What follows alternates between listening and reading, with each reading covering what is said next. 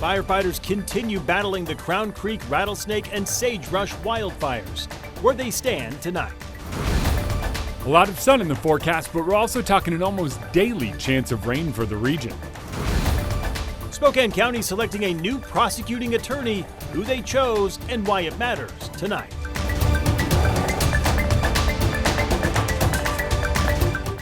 Good evening and thank you for joining us for KREM 2 News at 5 tonight. I'm Mark Hanrahan. We are tracking several wildfires in the inland northwest tonight and some updated evacuation orders. So we start with the Crown Creek fire in Stevens County. It combined with the Black Hawk Mountain fire and has so far burned more than 14,000 acres. Level 1, 2, and 3 evacuations are in place right now. The fire is now 10% contained.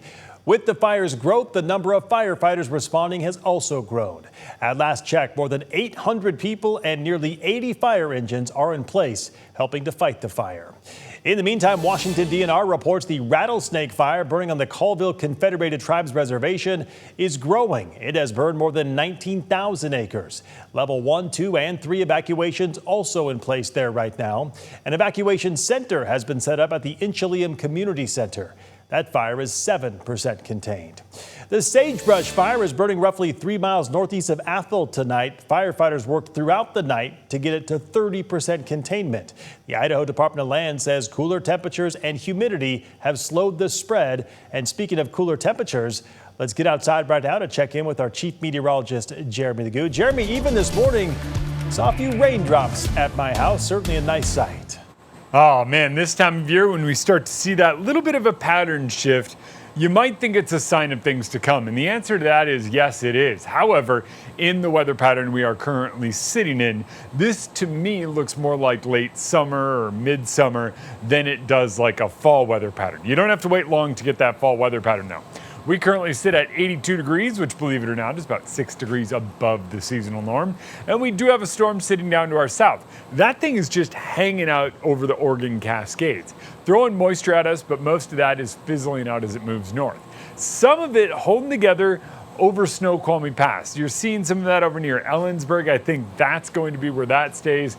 Most of our activity over in Montana stays north of Interstate 90, and that's where we are tonight. Tomorrow, I think we wake up to another round of scattered light showers in the morning. Most of us don't see much of it. Some of us do. Very similar to what we saw today. Tomorrow afternoon, another round of scattered showers pops up.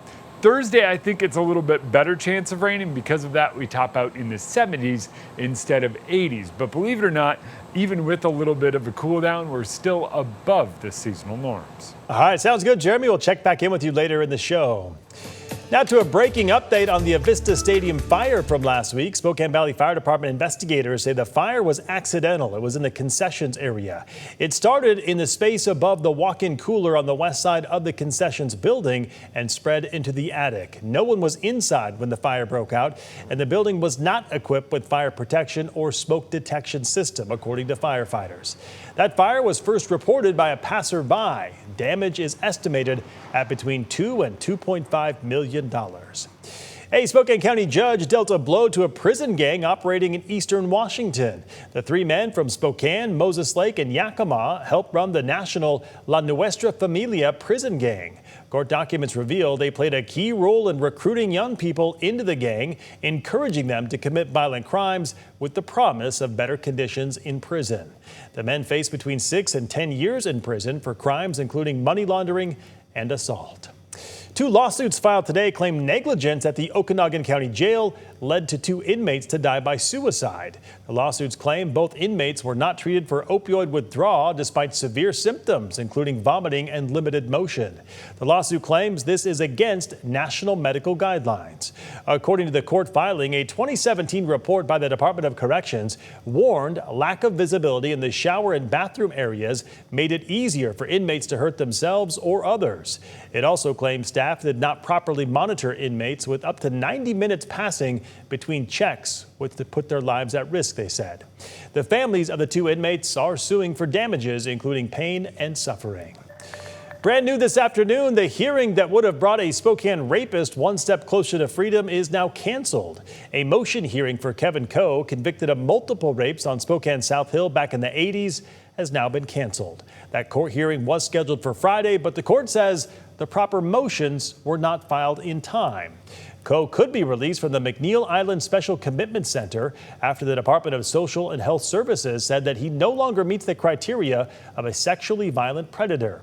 That means if the court agrees, Coe could be released within the day of his hearing, which is scheduled for October 2nd. The woman who pleaded guilty of embezzling $13,000 from Northern Quest Casino is out of prison tonight. Court records show Benson used her position at Northern Quest to steal the money from the Kalispel tribe. Well, today a judge released Kayleen Benson on time served. She now faces 3 years of supervised release and has to pay back that money, plus court-ordered fines of over $100. Just moments ago, the Spokane County Board of Commissioners appointed a new county prosecutor. KREM 2's Regan Gallo was at that meeting and joins us with an update. Regan?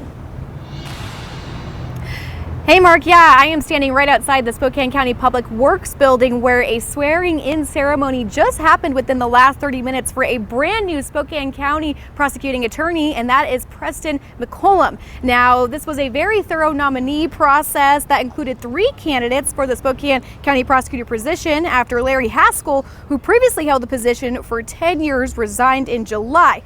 The 3 nominees were Marshall Casey, Steve Garwin, and Preston McCollum. Now, nominee Preston McCollum now has the position, currently served as the interim prosecuting attorney for the county just previously. Now, all 3 of these candidates were previously nominated by the Spokane County Republican Party, and a procedure followed since the former prosecutor Haskell was also of the Republican Party. After the 3 interviews, which were 30 minutes each, the Board of Commissioners negotiated privately and let the public back in, which is when they decided that Preston McCollum would be the next prosecuting attorney. Now, a little bit about him as well. McCollum has been in the prosecutor's office for 10 years and was named head of the criminal division in the office in 2023. And he previously served as a deputy prosecutor in Benton County, Washington.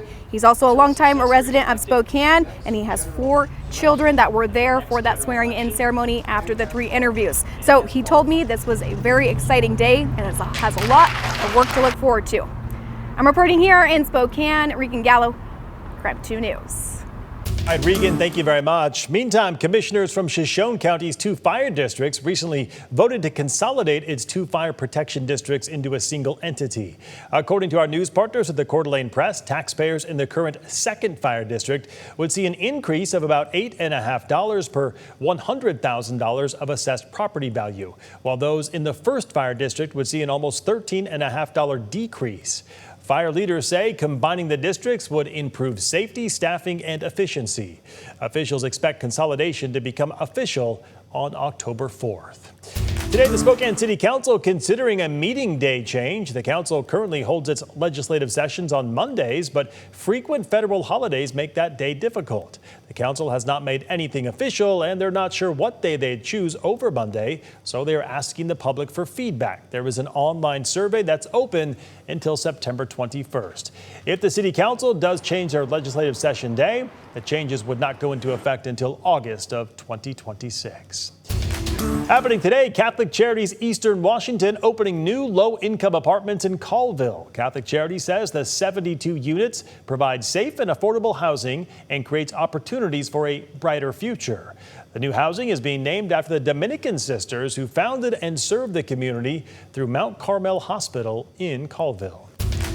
If you are heading to the fair, tonight is the first of 3 major concerts. Country artists Tracy Lawrence and Rodney Atkins are set to perform tonight at 7 p.m. If you are interested in going, tickets are still available. At last check, they range in price from $50 to $85.